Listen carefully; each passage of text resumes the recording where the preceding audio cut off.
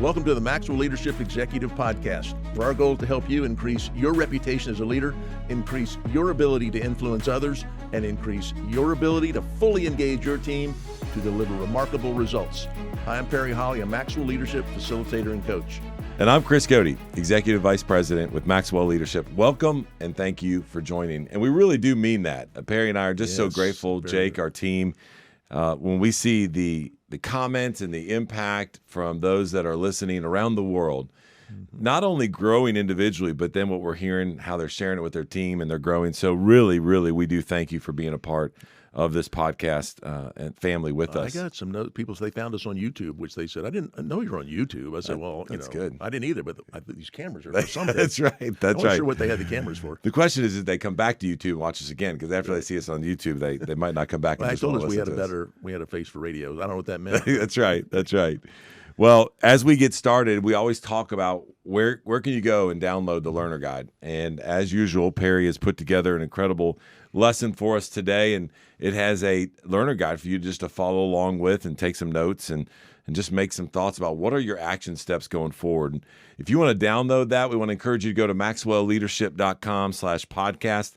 And then in addition, if you want to leave a comment or a question, and what Perry, an idea. What Perry really loves, where I was going, an idea for a future content lesson. You know, we're 228 episodes in with this episode, and so I'm amazing. Aren't you I? are amazing, and so he does. He's raising his hand now, saying, "I definitely need some help." Yes. Well, we're excited to talk about not only this session, but the next one as well. A new book that's being released by John, and we're going to kind of build off of this. And Perry's holding it up for those that are on YouTube watching it with us. The new book is, and you know it's got a number in it. It's got the word law if it's John's book, The 16 Undeniable Laws of Communication. This is going to be the first part of that. The book comes out, it doesn't come out till March 28th. Right. And so we were able to get the manuscript ahead of time. You dove into that. And we know people. We know people. And we're going to just pull some content out of that. We want you guys to be the first to hear it and be able to apply it. And the premise of the book, and John really believes that everybody can grow in this area of communication, which is good. That's good for me personally that we can do All that. of us, yes. But he wants all of us to be able to say, hey, if you put in a little bit of work, both in your personal and your professional lives, this is going to help you communicate. The subtitle of the book is Apply Them and Make the Most of Your Message. So we're going to dive into the two-part series. Talk to us a little bit, Perry, about this first one, where you wanted to go, what grabbed you right away that you wanted to share with our listeners. Well, what grabbed me right away is it's about communication. And as you said, we all think we're pretty good communicators, but it is like listening. I think those two areas we could really, everyone can improve. It's just an intentionality about I need to grow. And we'll probably talk about it, but you and I have mentioned many times about intention perception gap. When I intended one way, they perceived another.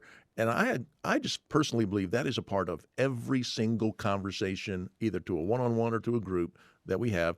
And we want to look at how do I minimize it. If I know it's going to exist, but can I shrink it so that what I intended you perceived and That's our good. communications are more in line. And I thought what John has put together here really is a nice collection. We also saw him, if you were at Live to Lead last year, he did some teaching and some other places. I've seen him just do one-offs of a law here and a law there. So I've been really expecting this one and looking forward to it. I did place in the Learner Guide the table of contents so you can see all 16 laws and what they are about.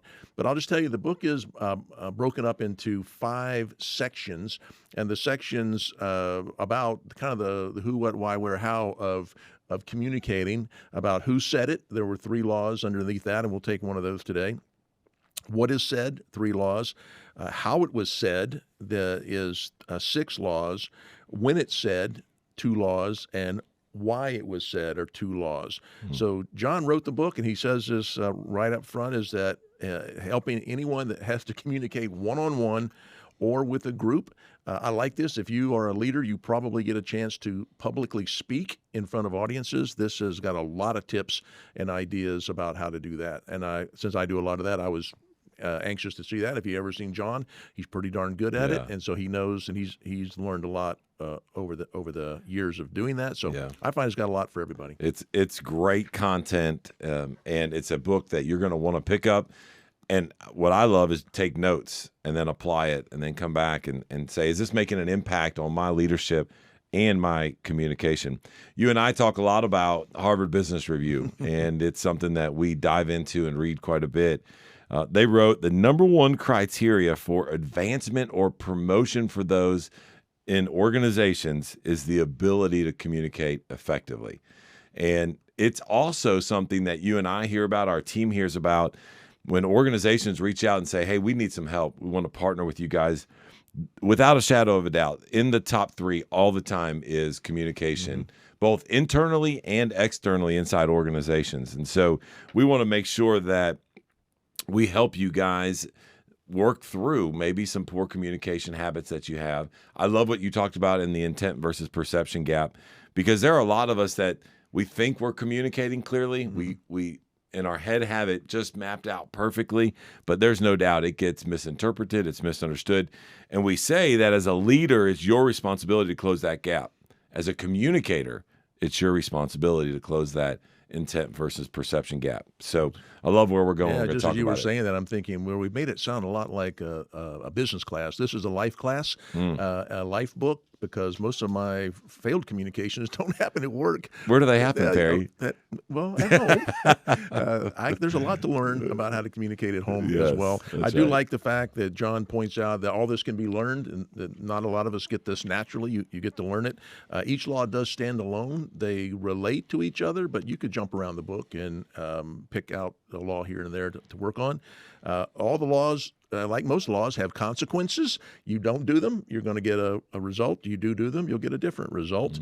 I love that he said they're timeless. These are they're not for any particular time. They as a law needs to be applied across time, and they are the foundation of all things good around communication.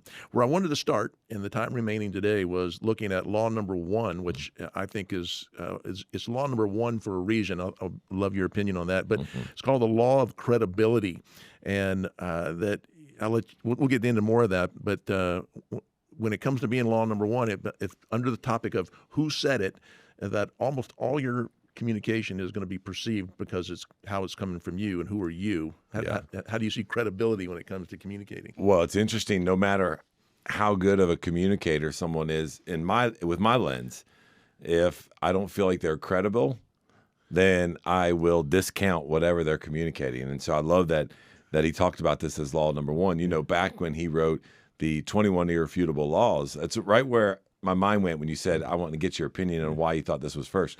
The first law he wrote there was the law of the lid. Yeah, law of the lid. Yeah. And in essence, this is the same thing. If we're not living out, we're not a credible individual, leader, whatever it might be, and dad, brother, whatever it might be, then the communication is just going to hit. It's just going to hit straight on the ground. And so it is no doubt your most effective message is the one that you can live out, and you got to be credible to be able to do that. You always talk about this statement that people are always watching you as an influencer, as a leader. And so knowing that they're always watching you, you need to be aware of that, and you need to make sure that you have that credibility. You put a great little quote in here from our friend Jamie Kern-Lima, and she says, your authenticity doesn't guarantee your success, but lack of authenticity guarantees failure. And I thought, man, that is so true. And it goes right back to that quote that we talk about, where authenticity is a trust accelerator. And so just the credibility, the trust, the being authentic is the foundation for you to become an effective communicator. Hey, podcast listeners. How would you like to be equipped with the tools to continue your personal growth and refine your strengths and weaknesses, all while being surrounded by other growth-minded leaders like yourself? You may have heard of Personal Growth Day.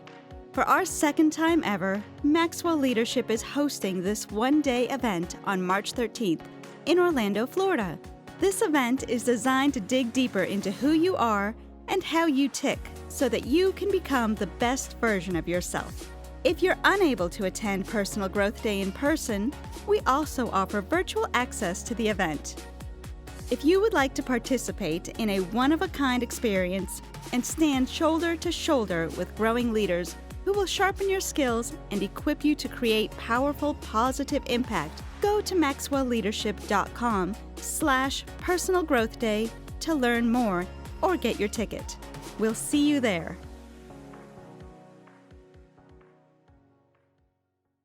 And so the law of credibility says your most effective message is the one that you live. And as Chris said, people are watching you, and your audio and video need to line up and do that. So in the chapter, John talks about 5 qualities of the credible communicator. Do you know where he got the doing 5? From Perry Holly? You heard it here first. Fantastic. That is awesome. All right, let's go through these and see what we can learn here. Number 1 was, if you want to be a credible communicator, you need to be transparent. And communication is more than just sharing information.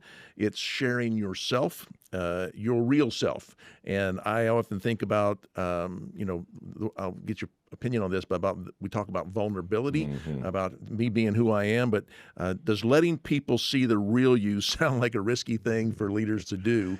Is kind of the question that it answers there. I think we lost most leaders when you said the word vulnerable, right? Like that's probably the big hang up. Yeah. And we're not saying just to air all of your dirty laundry. We're just talking about just be real, right? Just be vulnerable with who you are. And we've used examples on this podcast and in some of the lessons I've heard you teach in front of teams before. They already know where you struggle. They know where you're leading strong, and so be vulnerable with them, and you can build trust with each other. John said they already know you're vulnerable. They already know you have weaknesses. They just want to know if you know. Yeah, that's right. And so make sure we're not inauthentic when it comes to that, and your credibility will continue to increase as a communicator. So don't be afraid of the word vulnerable. Really think about, man, I just want to be real. I want to be transparent with my team and be authentic, coming back to that, and you'll increase the trust. What do you notice in a communicator, a leader, a manager, a teammate that tells you they're not being transparent? Is it putting on airs? Is it trying to make you think I'm something I'm not? How does it show up the most? For me, I feel like there's 2 extremes. They're putting on a little bit too much. Like you can feel that it's a little over the top. The other is you can feel it when they're extremely guarded. Right, guarded. And not necessarily sharing exactly kind of where they're at on their journey or what they're thinking about. So the second one in this chapter, the qualities that John talks about here, is be consistent. This is something that you and I could do an entire day on in regards to leaders and communicators being consistent. So what we repeatedly do tells others who you are.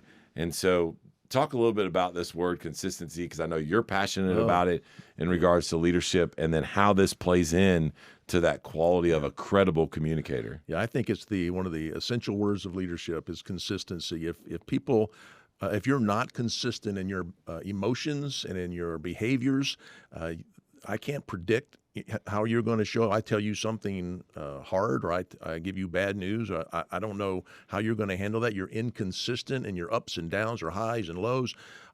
It doesn't breed psychological safety. People will not feel safe, so they will be guarded. They will hold back. I just as soon not tell you. You're going to find out sooner or later. I'll just wait till later to deal with that. So I love consistency to say, can I let people know what they can expect from me, and that I'm consistent in the high times. I'm not too high. In the low times, I'm not too low. But I always handle things in a consistent manner, and that opens up safety, leads into that inclusive behaviors that make people want to be with you. I belong here. It's okay. You can trust Perry. He's not going to blow up to do that. Number 3 was, can you be a good example? If you're going to try to build communication credibility, I've got to be a good example. So what they see is seeing is believing. John says he doesn't teach or speak to things he doesn't know or hasn't experienced. I've heard him give this lesson before about when he was preaching, that he had to preach some things in the Bible he hadn't really experienced. He had to wait till he didn't have the credibility. He couldn't be the example. What's your idea about this when it comes to leaders and being the example? I think for me as a communicator, when it talks about being a good example, in order for you to put yourself in the communication, to put yourself in the story, in the analogies, you have to be living out that example.